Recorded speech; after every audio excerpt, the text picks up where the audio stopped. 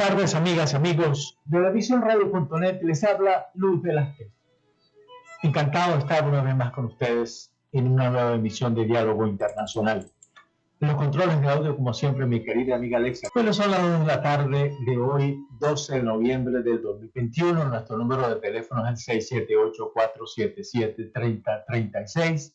Y asimismo se pueden comunicar con nosotros a través de las redes sociales, Twitter, Instagram y Facebook. Cuando entren a Facebook, pongan La Visión ATL. Por ahí nos podrán ver en vivo y podrán ver el resto de la programación de La Visión, que está muy buena. En la tarde de hoy continuaremos con ese contacto que prometimos tener cada 15 días, 15 o 20 días, para analizar las noticias más importantes internacionales que hasta hoy pues han habido, y es preocupante muchas cosas que tienen que ver no solamente por razones de política, sino también tienen que ver con razones de salud. Para ello, nuestros invitados de siempre, el embajador Abraham Clavero y el general Alfredo Carneiro. No nos reuníamos, amigos, desde el 22 de octubre exactamente. Y desde esa fecha hasta acá han sucedido muchas cosas, pero se han profundizado otras. Vamos a las noticias y hay cosas que a mí me preocupan, que le he estado siguiendo el camino, como es el caso de los refugiados en la frontera entre Bielorrusia y Polonia. Increíble. Hoy, hace unos minutos, a mí me gusta mucho, yo se los recomiendo Euronews, y la noticia la titula de la siguiente manera, y yo le doy la razón. Bielorrusia, Polonia, una partida de ajedrez con peones humanos. ¿Qué opinan ustedes de eso? Vamos a comenzar con Abraham. Buenas tardes, Abraham. Conecta el micrófono. Okay. Buenas tardes, Alfredo, buenas tardes, Alexa, buenas tardes, Luis. Bueno, ¿qué les puedo decir? Realmente, pues, esta es una problemática que se extiende a nivel mundial. No solamente es una cuestión a nivel europeo, sino como vemos cómo en América Latina, en el norte de África, eso ha sido una constante. Y cómo se han ido armando grupos, especialmente en América Latina, en Centroamérica, que tienen por objetivo no irse para Cuba, sino irse para los Estados Unidos. Es decir, yo no veo, una cosa que hay que analizar es que todos ellos buscan países que son países democráticos, países abiertos. Nadie quiere ir para Rusia, nadie quiere ir para Cuba, nadie quiere ir para China. Todos los refugiados en el mundo, y cuando hablamos de refugiados hablamos de una cantidad significativa, tanto así que ya Venezuela se habla de 5 a 6 millones, aunque el presidente acaba de decir que apenas son 700,000 venezolanos los que viven como refugiados en el mundo. Entonces, esa es una situación en este momento en la frontera realmente preocupante, porque eso puede llevar a un enfrentamiento bélico, a poner en duda la paz y la estabilidad internacional en esa zona del mundo. Esa es mi opinión muy personal. No sé qué. Yo creo que esto tiene también visos políticos, pero bueno, vamos a darle la palabra a Alfredo, que él está viviendo precisamente, no muy cerca, pero está viviendo en Europa. Se debe estar sintiendo bastante eso en particular. Bastante cerca. Sí. Bueno, gracias, Luis, de nuevo por la invitación que me hace a compartir este espacio. Abraham, como siempre, un honor compartir contigo estos minutos y estas palabras. Y Alexa, un saludo. Hemos tenido el placer de verte. Hacía tiempo solamente veía el logo. Eso está muy bien. Y un saludo a la audiencia. Por supuesto que sin ellos no somos nada. Este asunto de Bielorrusia es una complicación de algo que hace tiempo se veía venir. Aquí hay una circunstancia muy particular. Por un lado, Lukashenko, durante buena parte de su mandato, ha tratado de escurrirse del tentáculo de Rusia y Putin, por supuesto, ha tratado de atraerlo. Y de alguna manera, bailando entre esas dos aguas, con la OTAN de un lado y Europa del otro, y con Putin de aquel lado, el hombre estaba jugando por sobrevivir, y de hecho ha sobrevivido.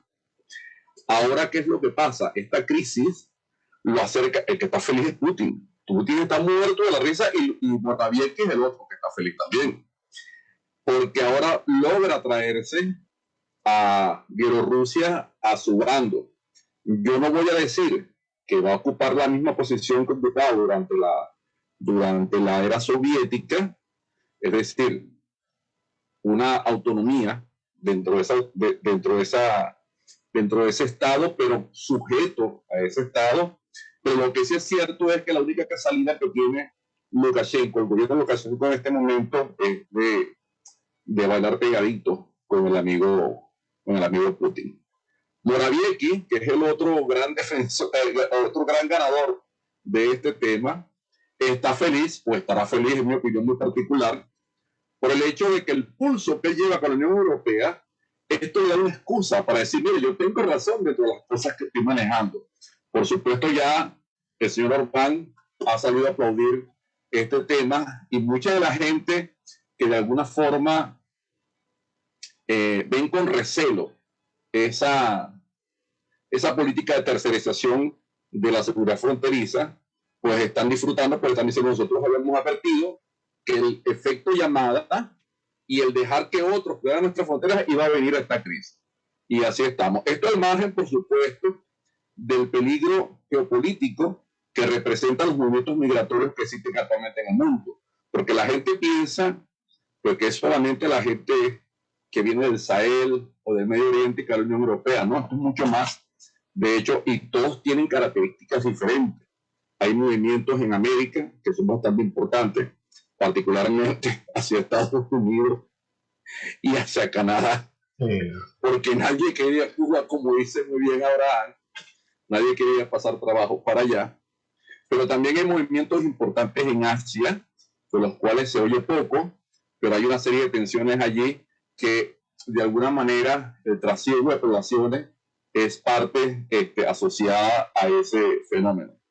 Y además de eso, desde el punto de vista de algunos países, en este caso voy a hablar de Europa, de las naciones europeas, vamos a recordar la carta que hace poco hicieron un conjunto de generales en situación de retiro, por supuesto, los activos no pueden opinar sobre este tema, pero quienes están en situación de retiro, haciéndole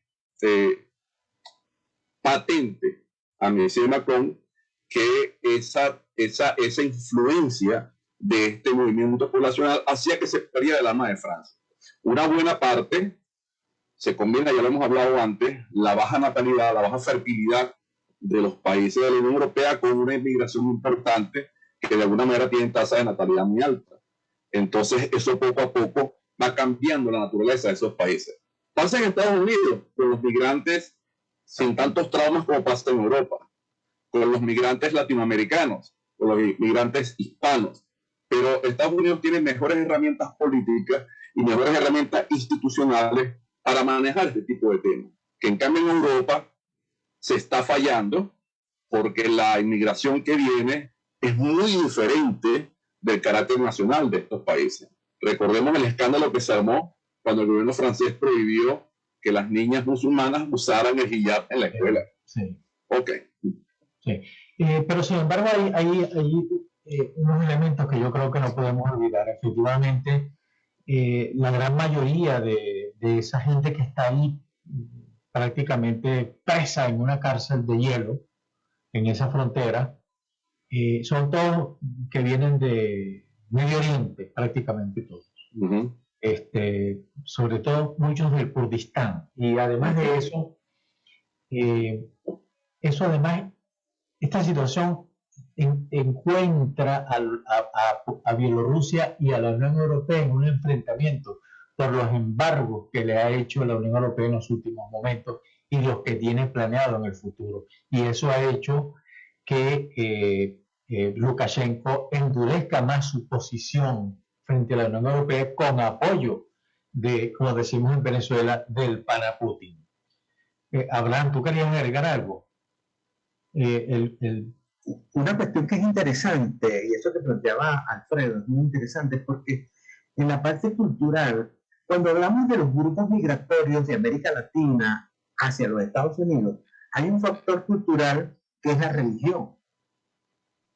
Y ese factor no choca con la cultura americana. En cambio, el factor cultural de esos grupos, que son musulmanes, en una gran mayoría, sí choca con la cultura europea.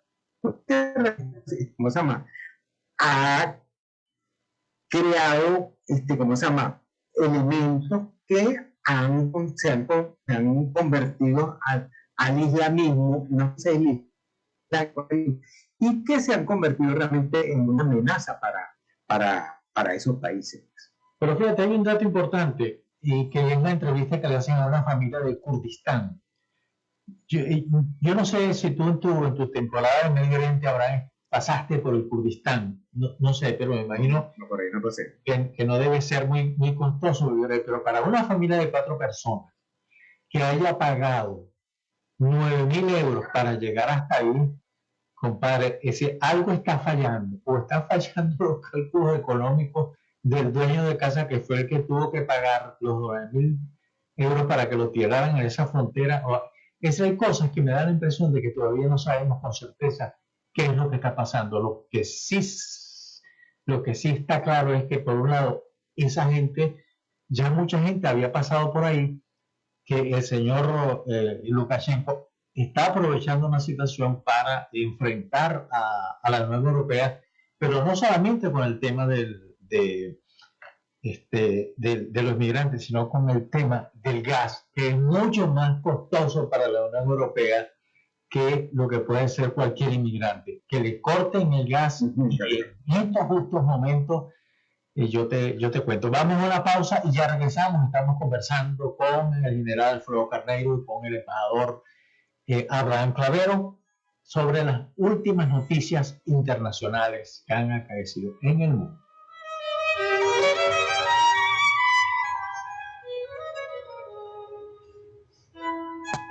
Ya regresamos con más de lavisiónradio.net. Mantente conectado en Facebook, Twitter, Instagram como La Visión ATL.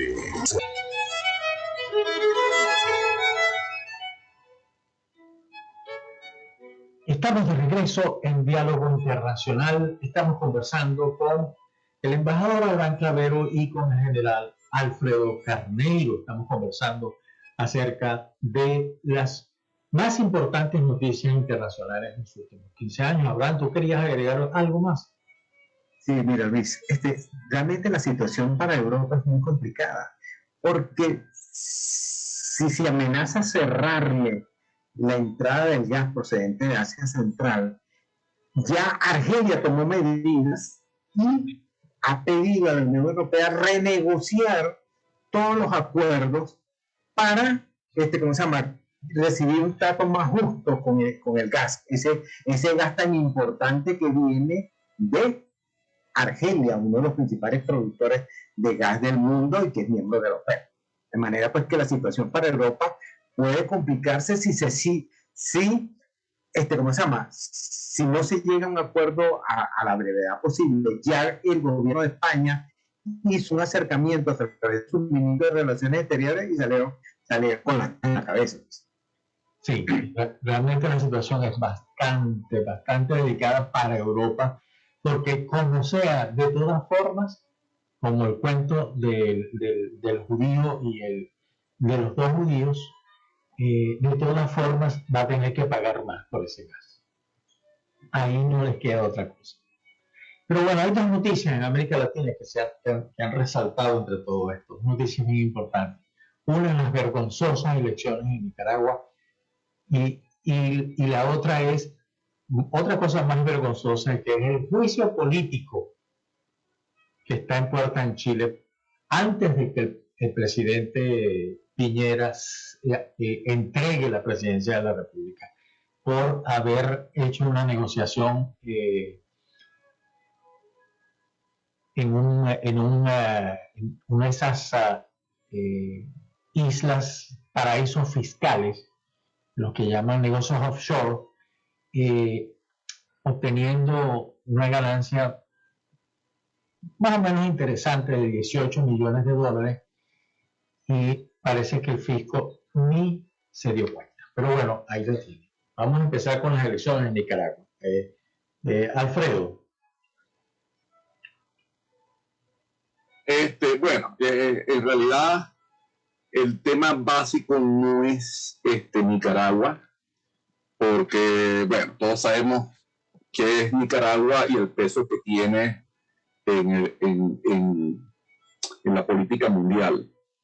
El problema básico es la prueba que se hace a los muy ya deteriorados y poco confiables mecanismos de la ONU, de la OEA, aquella famosa doctrina de la responsabilidad para proteger, que de alguna manera supuestamente está abocada a favorecer a los pueblos que tenían un gobernante malo, espurio, y que en realidad solo se aplica cuando les interesa a alguna de las grandes potencias aplicar este tema con todas las leyes, como pasó, por ejemplo, con la primavera árabe. El caso de Nicaragua no pasa esto, el caso de Venezuela no pasa de esto. Claro, Venezuela quizás tuviese un poco más de importancia, porque como alguna vez fue un gran productor de petróleo, estaba inserto, quisiera o no, dentro de los flujos geopolíticos del mundo. Y tenía esa facultad. Pero además de eso, tenía la importancia de aquello que vendimos tanto tiempo, de ese proveedor seguro, confiable de la potencia del norte, y que resultamos, bueno, a la larga no fue tan seguro ni tan confiable, porque en estas cosas de la política la seguridad y la confianza no existe. Bien, ahora ven, ¿qué va a pasar con Nicaragua? De momento lo que hay son las sanciones.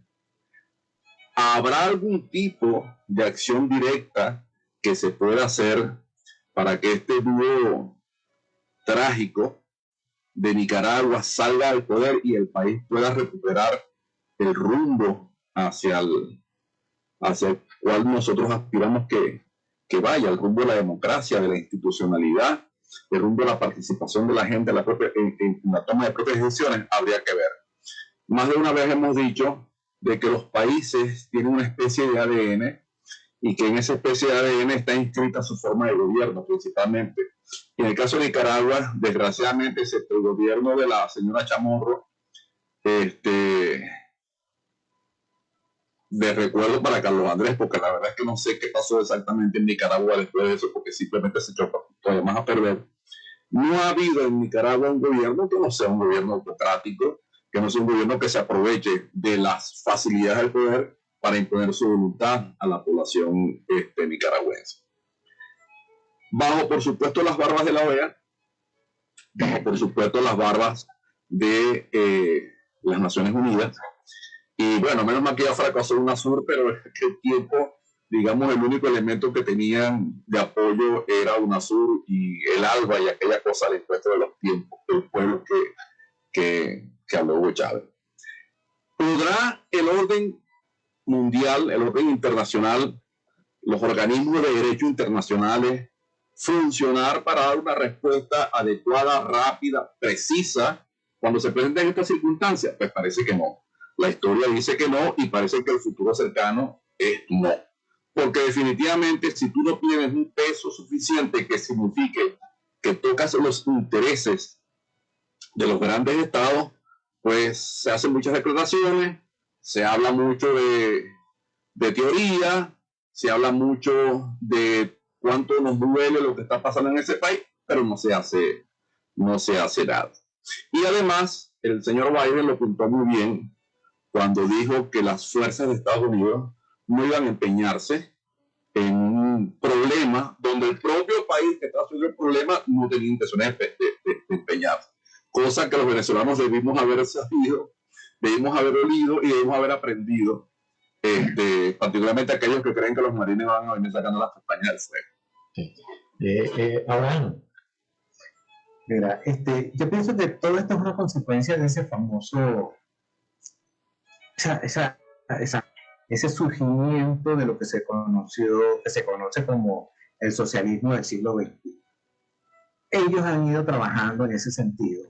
El Foro de Sao Paulo ha trabajado mucho en ese sentido para ir, ¿cómo se llama? Imponiendo esa forma de gobernar. Ya tenemos el caso de Venezuela, tenemos el caso ¿cómo se llama? Ahora el caso de Nicaragua. Es decir, hablar de unas elecciones es ofensivo de elecciones en Nicaragua. Eso no fueron elecciones. Entonces, creo que ese es un procedimiento que ha ido cogiendo fuerza en América Latina. Y tenemos casos interesantes que a la larga pueden caer en la misma situación. Tenemos Perú, tenemos Ecuador, que pasa por una crisis política muy interesante y que puede llevar también a la destitución ¿cómo se llama?, del presidente Lazo, más la situación del señor Piñera ¿cómo se llama?, en Bolivia. Es decir, todos esos factores se juntan como para que esta doctrina o este principio del socialismo del siglo XXI sigue imperando en América Latina. Lo único que me pareció interesante fue que por lo menos el partido del señor Lula, después de haber ¿cómo se llama?, felicitado a los Ortega por el triunfo, al siguiente día retiró esa felicitación de su página.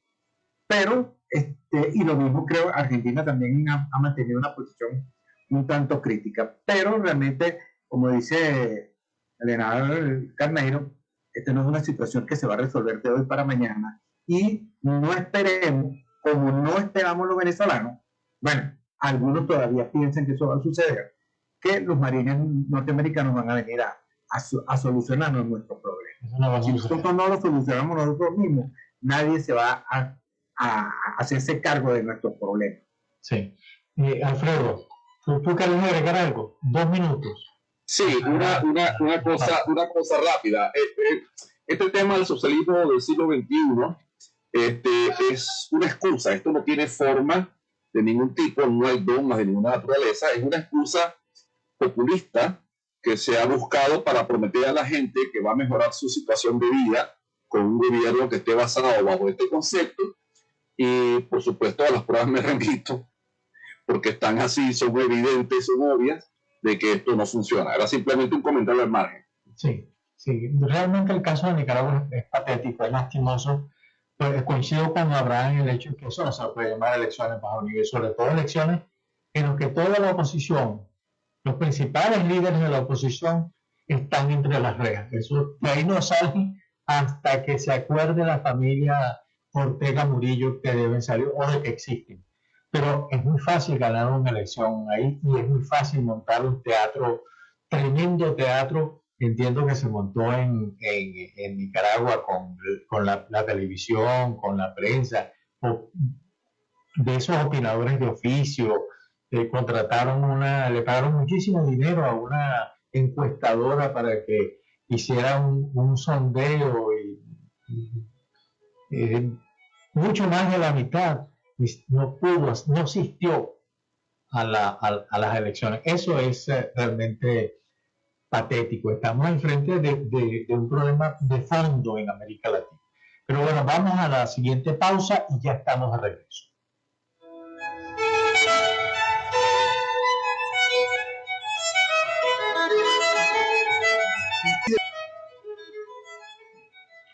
Estamos de regreso en Diálogo Internacional. Estamos comentando las noticias más importantes en los últimos 15 días en el mundo.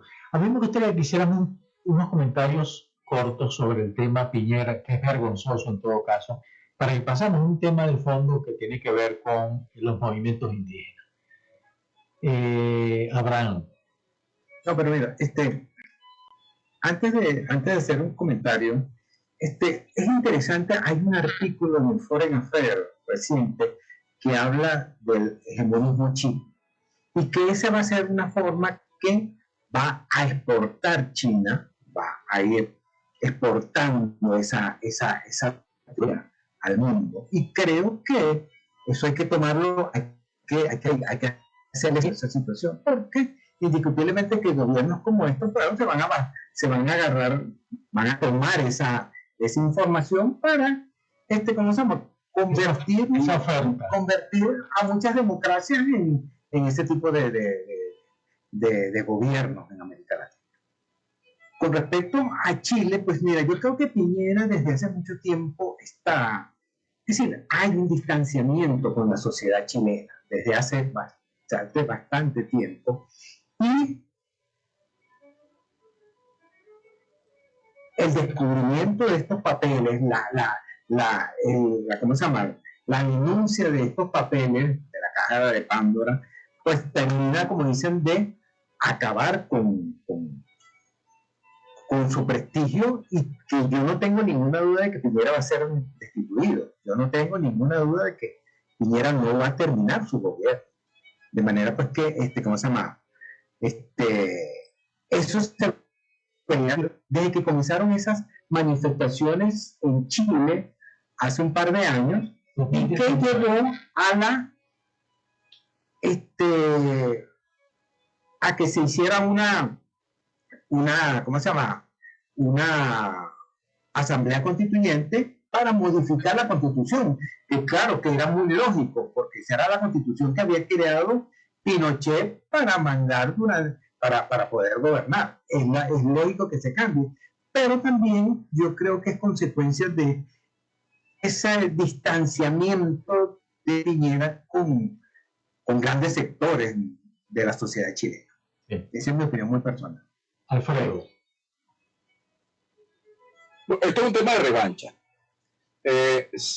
A mi modo de ver, entre paréntesis, no voy a decir que tengo la verdad en esto, pero cuando hago la observación, la evidencia empírica me dice de que vamos a ver varios elementos de revancha en el continente latinoamericano, por llamarlo de alguna manera. ¿Pero qué es lo que pasa con esto? Latinoamérica ha venido oscilando entre partidos de cierto porte liberal y partidos de cierto porte socialista, sin que sean totalmente iguales todos, porque los peronistas no son iguales a nadie, por supuesto, como igual que los argentinos no se parecen a ningún otro ser humano del mundo. Pero los socialistas peruanos, por ejemplo, que es una pequeña envidia, un chiripero, diríamos, en Venezuela, también de alguna manera tienen connotaciones distintas porque tienen muchos elementos indígenas introducidos dentro de los problemas que socialmente, los problemas que de alguna manera políticamente debe un partido político defender. Igual pasa en Bolivia. Pero además están los fracasos económicos, desgraciadamente, y ninguno se salva, desde el Río Grande hasta la Patagonia. Alguna vez el único ejemplo más o menos que se tenía, de hecho en las escuelas de negocios se mencionaba a cada momento, y en los cursos de políticas públicas también, era Chile, porque de alguna forma todos pensábamos que Chile estaba al borde de desarrollo y que se podía hacer. Sí podemos, como dicen los amigos de Luis aquí en España. Pero resulta que no es así, porque primero parece que no sabemos de economía, eso en primer lugar. En segundo lugar, nuestros gobiernos, por muy democráticos que se llamen, suelen ser gobiernos de corte autoritario. Quieren tener el control del Banco Central, que es el primer problema. Quieren tener el control del Banco Central y quieren tener el control de una buena parte de los elementos de la sociedad, al punto de que pocos países en América Latina, yo haré las excepciones de Perú y haré la excepción de Bolivia, no tienen sociedades civiles que en realidad actúen como mecanismo de contrapeso a los gobernados. Nosotros estamos buscando en Latinoamérica nuestro camino. Desgraciadamente no lo encontramos porque estamos dando palos de ciego, porque nos tomamos la política como nos tomamos el fútbol, con un tema de tripas. A mí me gusta este equipo y con este equipo yo cuando sea, porque ese es mi equipo. Murió Maradona, debe estar en el cielo, seguramente a la derecha de los padres. Esa es la manera como nosotros abordamos la política. No hay racionalidad en el tema de la política de parte del ciudadano. Pero acuérdate, Alfredo, perdona que te interrumpa, que la primera cosa es que hay una conducta deleznable de parte de un jefe de Estado, en primer lugar. Y en segundo lugar, en un ambiente electoral, acuérdate que va a haber unas elecciones pronto en Chile, en donde el ganador, precisamente, y eso va a crear más descalabro, más inestabilidad política, no solamente en Chile, sino eso va a continuar subiendo. Sí, yo no sé la derecha, candidato. Yo no sé el tema de la conducta del señor Piñera, porque bueno, no sé cuál es el contexto en las circunstancias en las cuales él invirtió. Entiendo que es un empresario y que es una persona de dinero, no lo sé, pero entiendo que es así, ¿ok? Y si es así, búscame un ser humano en este mundo de Dios que sea así tan honesto y tan buena gente que, oye, estos son mis impuestos, los voy a pagar completitos. Es más, voy a pagar un poquito más porque yo quiero colaborar con el Estado. Si tú me consigues ese señor, me cayó la boca y no digo nada. Eso no existe. Eso no existe. Por supuesto que no, porque todos queremos conservar nuestro dinerito en el bolsillo. Y el primer elemento que queremos evadir es el gobierno que nos mete la mano en el bolsillo siempre que pueda, de la peor manera posible. Pero es que además, cuando tú combinas el tema de la mano en el bolsillo con la corrupción galopante que existe en nuestros países en general, el ciudadano no puede estar contento con un gobierno. Y aprovecha esta gente para retaliar con el señor Piñera, para decir, bueno, nos deshicimos de esta gente, tienen que elegirnos a nosotros, porque básicamente ese es el tema. Así se deshicieron de Lula y ahora pueden deshacerse de Bolsonaro con el mismo argumento. Así de alguna manera se deshicieron de Macri y ahora, bueno, yo no sé dónde se irán a meter con el monstruo de Cristina allá en Argentina. Y si tú haces un repaso por todo, el señor Arce tampoco las tiene consigo allá y eso que él es con el siglo XXI, el señor Lazo. ¿Cuántas piedras no le han tirado al pecho del señor Bukele? Entonces, ese problema de Chile es un problema exclusivamente de retaliación, que lo que evidencia es la negrura del alma de estos pseudo socialistas, no lo sé, de estos izquierdistas del cipote, que de alguna manera, como no tienen argumentos para ofrecer una solución razonable, bueno, se van por este tipo de cosas descalificando al contrario. Sí, en todo caso es una situación absolutamente delicada y que yo tampoco, al igual que Adán, no tiene duda de que a este señor le van a pasar una factura muy grande, que esa factura le va a dar paso a un gobierno de ultraderecha en Chile, que va a causar más descalabro que lo que él mismo causó por no haber tomado las medidas desde el inicio. ¿Tú quieres agregar algo más? Sí, una cosa rapidito. Hablar de ultraderecha en América es un error conceptual. En América Latina, del Río Grande hasta la Patagonia, todos somos socialistas de cualquier color, pero todos somos socialistas. Todos creemos en la preponderancia del Estado sobre la sociedad. Todos creemos en la fortaleza del gobierno central. Y todos creemos que el propósito del gobierno es redistribuir la riqueza para que todos vivamos felices. Esas son las tres cosas básicamente que mencionan siempre los socialistas. Y buscan un político en América Latina, lo califiques como lo califiques, que no te hable de estas tres cosas.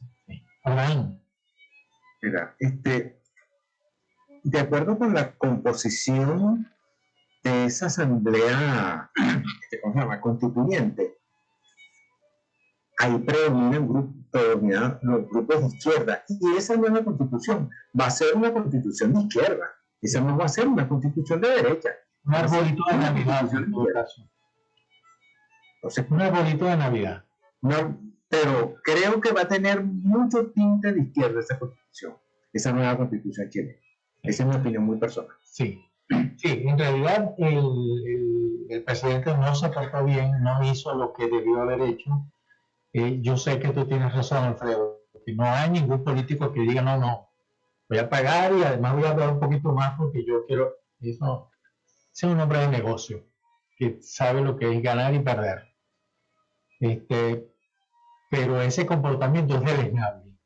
deleznable. Y eso en un país que agarró tanto prestigio político y económico, es mucho, pero como dicen los mexicanos, mucho muy deleznable en América Latina. Eso es de terror. Pero bueno, vamos a una nueva pausa y regresamos. Vamos a tratar de las intervenciones sean un poco más cortas, porque no hace falta. Hablamos un poquito de la COP26 y de un problema global, porque hay 3 países acá que están decidiendo el orden del mundo. Los 2 primeros son Estados Unidos y China. Y Rusia está revoloteando por ahí, pero las cosas aparentemente van por buen camino. Vamos a una pausa y ya regresamos.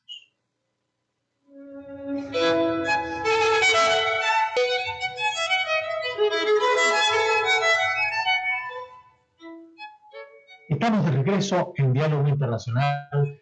Estamos conversando con el general Alfredo Carreiro y con el embajador Abraham Clavel. Está por finalizar una de las que yo considero de las reuniones internacionales más importantes en décadas, que es la COP26, la cumbre de cambio climático. En los resultados ya hay un acuerdo prácticamente ya totalmente negociado. Tiene muchos críticos, tiene muchos detractores, pero también tiene gente que apoya a lo que se ha llegado, entre los cuales me encuentro yo. Por una sencilla razón, no es fácil hacer lo que quiere la señorita Thunberg. No es fácil ser radical. La Greta quiere que tumbar el mundo y montar otro. Es difícil que un sueco con ese nivel de vida que tiene le vaya a dar lecciones a un niño africano o haitiano o latinoamericano en general de lo que es quitarle la niñez. Eso es difícil. Está muy preocupada y hay que valorar que está muy preocupada por el cambio climático, por los efectos que pudieran tener, pero es difícil por una sencilla razón. Es difícil decirle a los países, cambien su modelo de desarrollo en 24 horas. Eso no es posible. Es difícil decirle a países como Alemania, que es un motor de la economía, no solamente europea, sino mundial, decirle, señor, ustedes tienen que dejar de producir más carbón, ustedes van a tener que cambiar su modelo, que la industria automotriz tiene que tener otro enfoque, o decirle a los países árabes o a todos los petroleros del mundo que han basado en los últimos 100 años su economía y su estándar de vida, bueno o malo, no lo califiquemos, decirle al señor, ustedes no producen más petróleo. Ajá, perfecto. Es muy fácil decirlo, pero ¿quién paga eso? ¿Quién paga ese motor? ¿Quién paga ese cambio? Y yo creo que ahí es donde ha estado principalmente la gran traba. ¿Quién paga eso? Que todavía está discutiéndose. Hay países que están de acuerdo en financiar, pero hay otros que definitivamente no pueden, no quieren. Me da la impresión de que no pueden. Pero bueno, ahí está. ¿Qué opinan ustedes de lo que está sucediendo y de lo que va a terminar este fin de semana en la cumbre del de la conferencia sobre el clima, el cambio climático? Abraham. Bueno, yo esperaría hasta la reunión 27 para ver todas las decisiones que se tomaron en esta cumbre. Es decir, ¿qué consecuencias trajo para el mundo? ¿Qué consecuencias trajo para la humanidad? ¿Qué consecuencias trajo para el cambio climático? Lo que sí me parece interesante es ese acuerdo firmado entre China y los Estados Unidos. Así es, fundamental. La delegación norteamericana estaba encabezada por el señor Dan Kerry, que fue candidato presidencial y estuvo a punto de ser presidente de los Estados Unidos, y que siempre ha sido un ambientalista de primer orden. Porque ahí hay elementos muy interesantes en ese acuerdo. De verdad que yo me lo he estado leyendo y me gustaría profundizar un poco más y esperar las conclusiones de esta reunión y ver qué va a pasar cuando se reúnan nuevamente en la reunión número 27, la reducción de las emisiones de carbono, muy importante. Porque yo recuerdo cuando estuve en China como funcionario, claro que eso no fue ni ayer ni antier, pero China tenía un alto consumo y sigue teniendo un alto consumo de carbón. Eso no se ha modificado tan sustancialmente. Alemania, Polonia, países tan importantes, siguen utilizando ese tipo de energía. Entonces vamos a ver qué pasa cuando se reúnan en la próxima reunión, en la conferencia 27, para ver cuáles fueron las cosas positivas que se lograron. Sí, hay cosas bilaterales, por ejemplo, como el acuerdo de China, y hay cosas unilaterales que son los programas que tienen muchos gobiernos, entre el caso de Estados Unidos, por ejemplo, que comienza a hacer un cambio estructural en el tema energético, una transición energética acelerada y las políticas van a estar mucho más inclinadas al cambio climático. Alfredo. Bueno, yo con esta decimos, esta ronda, digo simplemente amanecerá y veremos. Porque ya las declarativas, tanto de Estados Unidos como de China, como de la India, países que son altamente contaminantes, hay un gap bien importante entre lo que debería ser para llegar a ese 1,5 grados en los próximos años, lo que ellos están dispuestos a hacer y lo que tienen en este momento. Ninguno lleva a llegar al límite. Ya China movió su fecha de neutralidad de emisiones para el 2060. China dijo que, la India dijo que un poquito más allá. Los gringos están hablando los Estados Unidos, es que yo soy gringo en algunos momentos de mi discurso y son los Estados Unidos, no. Los Estados Unidos se está moviendo hacia 2050, o sea que la Agenda 2030 en cuanto a lo climático ya no se da. Y yo recuerdo la famosa conferencia de Tokio, que con bombos y platillos se anunció, y tantas esperanzas trajo, y que los principales apenas cerraron la puerta, incumplieron todos los acuerdos, y cuando se hicieron las revisiones siguientes en Montreal hasta llegar hasta París, se dieron cuenta de que no se había avanzado nada, que es lo que está diciendo Abraham. Pues vamos a ver la 27 a ver hasta dónde llegamos. Pero como tú dices, no es fácil cambiar el esquema. Ahora, ¿el esquema va a cambiar? Sí, y tiene que cambiar, pero por la fuerza de las circunstancias, porque la economía se está moviendo en ese sentido.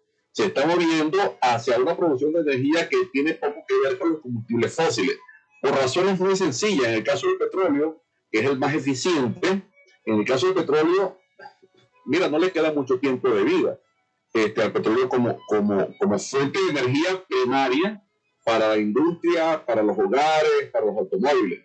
El petróleo seguirá teniendo una cierta importancia, pero no en esas áreas particulares, y ha perdido totalmente su valor geopolítico como arma de cambio, como arma de intercambio, como arma política, por lo que la han usado muchos países.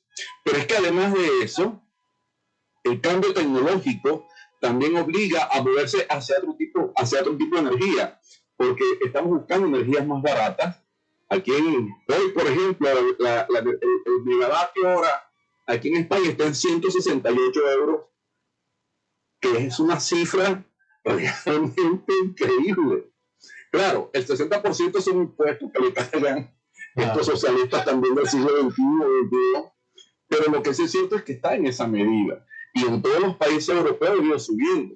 Ahora con esta crisis de Bielorrusia, Argelia, un productor marginal prácticamente, porque está atado a Francia, a España, acaba de decir, bueno, yo voy a subir un precio, después que le había dicho, o por lo menos eso dijo Sánchez, como muy batido, que han logrado un acuerdo espectacular. Y los que están felices con esto son los Estados Unidos, porque lo que ellos quieren es venderle el gas licuado a Europa y que no se lo compre a Rusia.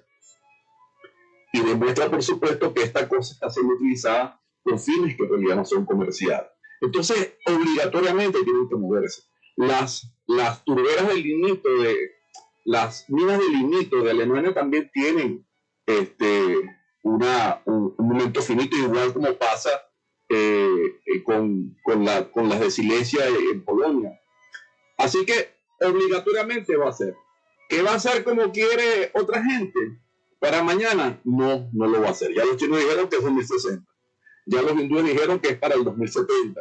Los gringos dijeron que es para el 2050 y cada quien tiene su velocidad en este sentido, que son los que en realidad pueden aportar.